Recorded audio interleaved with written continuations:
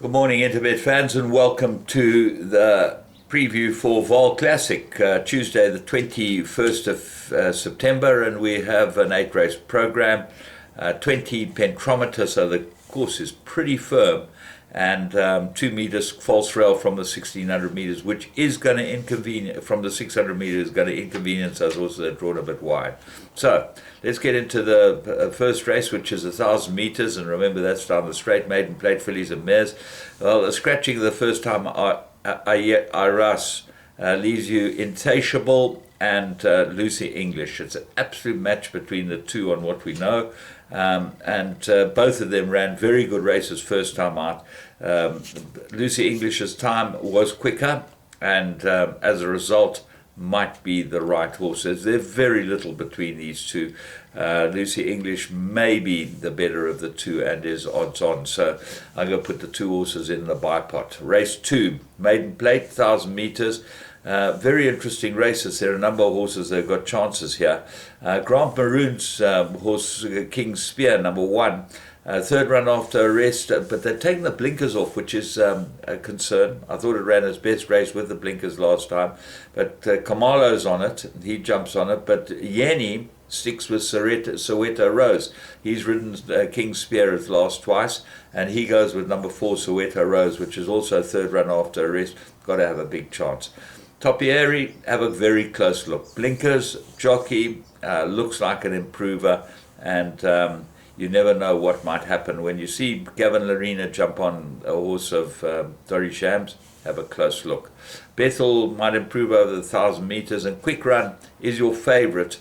3 very good seconds, but these horses, a couple of them are relatively unexposed and should maybe have more room for improvement. Race 3, maiden plate, 2,400 meters. Well, the Aussie team holds sway here.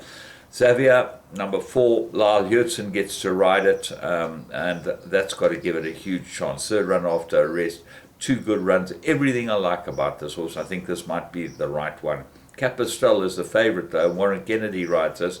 Now, what's interesting is that Hurtson rode this last time, and he's now on Xavier. Xavier, to me, looks like he's got the better form, or probably more chance of improvement. So that's the one that I think might be the right horse. But Joe Harmon might improve over the distance. Pettigrew Stable in a bit of form with Van Rensburg back aboard and working for them. Mr. Blue Squire, third run after arrest. Look for improvement from this one as well. Race 4, maiden plate, 3-year-old fillies, and they go 1,800 meters. And I make an absolute 2-horse race. Machada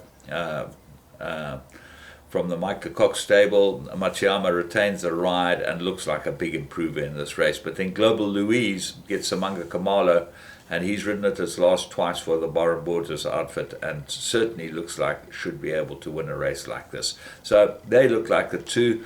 Cover Me in Sunshine, ignore its last start, better than that. The rest don't look like they've got any chance of beating those. Race 5, maiden plate, 3-year-olds, 1,800 meters.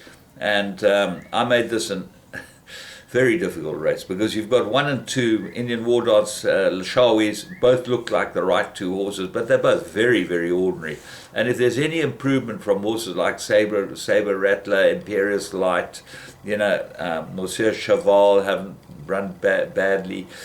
It's just one of those races that smacks to me of a race that might find a big outsider. They're going 1,800 meters, some of these horses for the first time. Look for a big result. Race 6, narrated 66, 1,800 meters, and my initial choice was Ball Rolling. I thought he was absolutely the right horse in the race, but he's been scratched now. So let's look elsewhere. Runners 1, I thought won a very good maiden. Third run after arrest, 1 from 1 course distance. Lots to like about it, and maybe he's well handicapped, this son of Give Me the Green Light. With a merit rating of 83 off the maidens, you wouldn't have thought so, but I think he'll go very, very well. So Paul Peters' other runner, Ancient Rome, gets Warren Kennedy, and he's a stable rider, so I've got to have a close look at that. At one last time, got up on the shadow of the post and didn't win a bad race. Amberglow Star and Anatura, the 2 St. John Grey runners, come into the race with some sort of chance. And have a close look at Elusive Swan. I know it's drawn 12, which is not in its favour. Maybe a big improver.